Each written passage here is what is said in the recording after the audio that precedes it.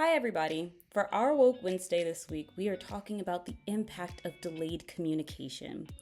We wanted to share with you some ways to get involved in reference to our article calling out the need to increase communication within community. Let's talk about how we can amplify community voices. In one way, we should be democratizing voices. We can't tackle this epidemic if we only listen to one perspective.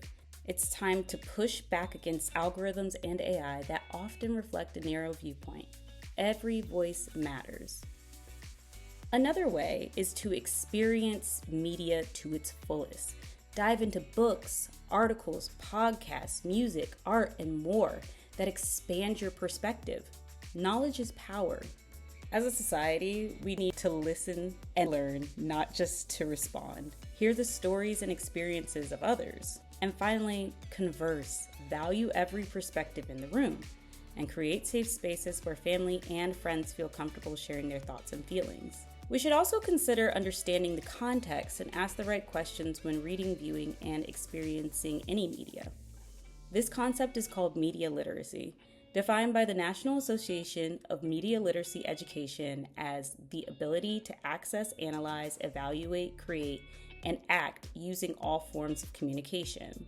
Actions that amplify voices look like empathetic conversations, approaching every dialogue with empathy and an open heart. It also looks like popping information bubbles. Make sure you're getting information from diverse sources and be aware of your data rights. Sites like X, formerly Twitter, utilize every interaction to curate a quote-unquote suggested timeline of what the algorithm thinks you enjoy. Finding the context of sensational stories. Why do we sensationalize systemic failures? Like kids raising money to clear lunch debt or billionaires funding private schools instead of public ones. We should be focusing on sustainable solutions for everyone. The final and more complicated action is to study decolonization. Understand the layers and practices of decolonizing systems and structures. Don't water down the meeting and preserve its true essence. For instance, Juneteenth is a celebration of Black Texans honoring that moment in history. Studying decolonization is asking, is this appreciation or appropriation?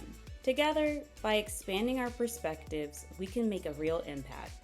Let's end this epidemic with empathy, knowledge, and solidarity.